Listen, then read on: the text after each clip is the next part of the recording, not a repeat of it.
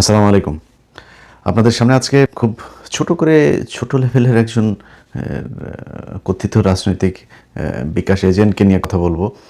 তো তিনি সম্প্রতি তার কিছু বক্তব্য আমার চোখে পড়েছে। তিনি আসলে বিশেষ করে নিজেকে বিএনপি সাজানোর অনেক চেষ্টা করছেন। তো আপনি যদি নিজে বিএনপি হন বা জামাতি হন, কিছু একটা হন, তাহলে তার আপনার এই গণ অধিকার পরিষদ বলে আলাদা কোনো বিকাশ এজেন্টের দোকান খোলার দরকার ছিল না, তাই না?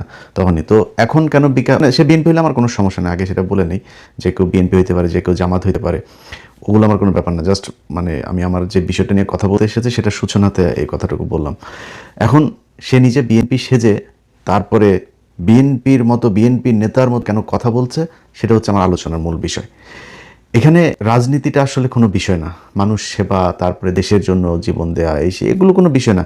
পকেটে টাকা আসবে, আমি আসছি, টাকা না আসলে নাই। এর আগে বিকাশে এই নুরু আর রাশেদ, এই দুইজন মিলে যে পরিমাণে টাকা পয়সা তারা কামিয়েছে, মানুষ তাদেরকে অঢেল দুহাত ভরে তারপরে এই দেশের মানুষ তাদেরকে ভালোবাসা দিয়েছে, টাকা দিয়েছে, দুইটাই দিয়েছে।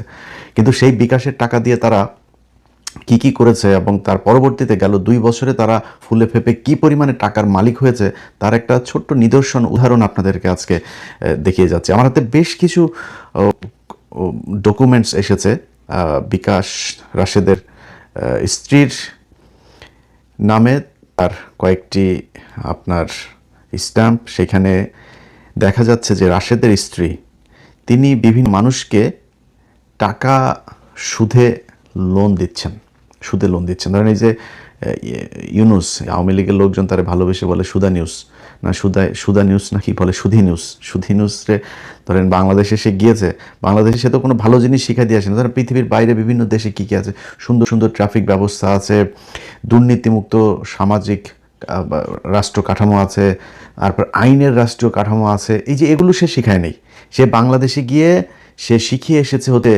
মহিলাদেরকে ন্যাংটা হয়ে রাস্তায় গিয়ে তার করতে হবে, তার অফিসের মেম্বার হইতে হবে, এরপরে তিনি সুদে টাকা দিবেন, সেই সুদের টাকা ফেরত দিতে না পারলে আবার জামাইয়ের লুঙ্গি মুঙ্গি সব খুলে নিয়ে যাবে।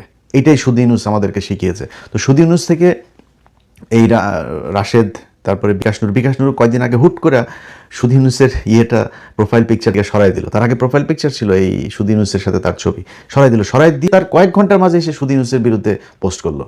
তো এগুলো তাদের মূলত সবই স্ট্যান্ডবাজি, সব মানে যখন যার কাছ থেকে সুবিধা। এখন ধরেন সে তারেক রহমানকে আমি গ্যারান্টি দিলাম, আমি বেঁচে থাকি আর মারা যাই, আপনাদেরকে গ্যারান্টি দিয়ে বলে দিলাম, এই নুরু, এই রাশেদ বিএনপির কাছ থেকে যেদিন সুবিধা পাবে না, সেদিন বিশাল বড় রাজনৈতিক নেতা হয়ে আবার শেখ মুজিবের মতো ভাজা ঘিয়ের গলায় ভাষণ দিবে। বলে দিলাম, লিখে রাখেন। তো আজকে তারা সুদ ইউনুসের কাছ থেকে এই সুদের ব্যবসা কারবার শিখেছে, সেটা দিয়ে কি করছে আপনাদেরকে সেটা একটু দেখাই। আচ্ছা, আমার কাছে আসা যেই নথিগুলো এসেছে, সেখানে একটা স্ট্যাম্প, সেই স্ট্যাম্পটা 8/3/2025, অর্থাৎ 24-এর পলাতক হাসিনার পালিয়ে যাওয়ার পরে যে টাকা পয়সা কামিয়েছে তারপর থেকেই শুরু করেছে আর কি।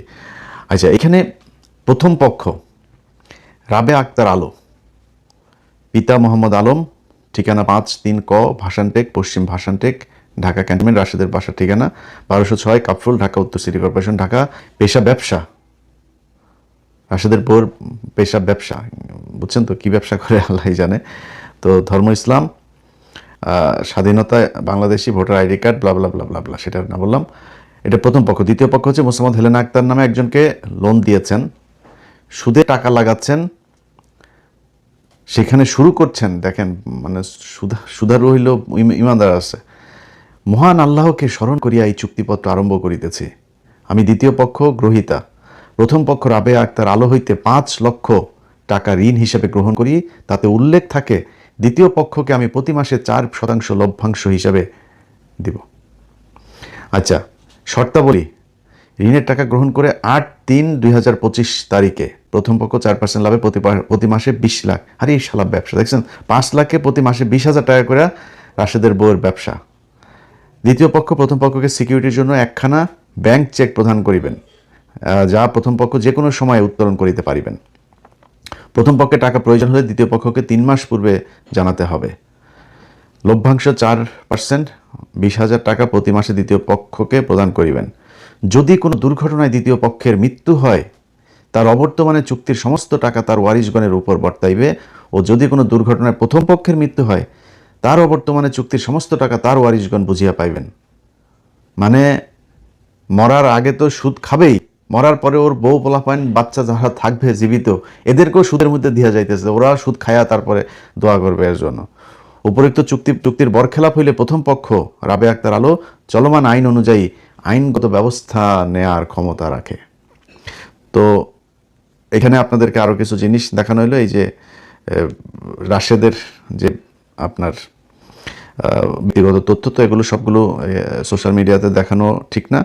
তবে এটার মানে মূল ইয়ে হয়েছে যে তার যে তথ্য বিবরণী, যেটা আপনার আয়কর রিটার্ন এবং ভোটার ইয়ের সময়, নির্বাচনী হলফনামার সময় যেসব তথ্য দিয়েছিল, সেখানে সে বলেছে যে সে হচ্ছে ব্যবসায়ী এবং রাজনীতিবিদ, বিকাশ ব্যবসা, বুঝছেন। আর হল গিয়া তিনি আগে ছাত্র ছিলেন। তার বউয়ের ব্যাপারে দেওয়া হয়েছে, তার বউ এখন গৃহিণী, আগে ছিল ছাত্রী। তো কয়দিন আগে তুমি দিলা তোমার বউ গৃহিণী, আবার এখন ওইখানে লিখছো যে ব্যবসা। ব্যবসা সে কি ব্যবসা? নিচতলা ভাড়া দেওয়ার, উপরতলা বড় করার ব্যবসা। সেই ব্যবসায় মানুষকে লোন দিচ্ছে, এবং এরকম লোন দেওয়ার মানে প্রমাণ একটা দুইটা না, অনেকগুলো। তো ধরেন এই হচ্ছে রাজনীতি। এই রাজনীতিবিদদের ব্যাপারে আপনাদের সবসময় সজাগ থাকতে হবে। কারণ হইলো এদেরকে আপনারা উপরে তুলেছেন, আমরা তুলেছি, এর দায় আমাদেরও আছে, আমরা বুঝতে পারি নাই। আমাদেরও এক সময় তারা এখন আমাদেরকে, আমরা নাকি ইউটিউবার, আমরা হচ্ছে, আমাদেরকে সাংবাদিক বলতে লজ্জা লাগে, বুঝছেন। তো ওর বাপ যখন ওর কেউ ছিল না, তো তখন ওর এই বাপেরা ছিল, এই বাপেরা ওদের কে উঠাইছে। তো যাই হোক, এদের ব্যাপারে আমাদের ভবিষ্যতে সাবধান থাকতে হবে। এরা আমাদের আবেগ নিয়ে খেলা করে তারপরে তারা আমাদের এই দেশের সাথে বেইমানি করে, আমাদের যেই আবেগ, সেই আবেগের সাথে তারা বেইমানি করে। তো তাদের ব্যাপারে খুব বিশাল আকারে কিছু বলার মতো এরকম কোনো ফিগার তারা এখনো হয়নি। তবে আজকে যেটুকু দিলাম, এটা জাস্ট ছোট্ট একটা জিনিস, এটা আমার কোনো অনুসন্ধান না, কোনো কিছুই না। মূল যে অনুসন্ধান নুরুকে নিয়ে, সেটা চলছে। দোয়া করেন, আপনারা দেখবেন। আমি একটু সময় নিচ্ছি, কারণ অনেক জিনিসপত্র আসছে, তো এগুলো মিলায় গুছায় লিখতে লিখতে এডিটিং করতে সময় লাগবে। বাট আপনাদেরকে নিশ্চিত করলাম যে ইনশাআল্লাহ আল্লাহ বাঁচা রাখলে সেটা দেখতে পাবেন, মজা আছে সেখানে। আল্লাহ হাফেজ।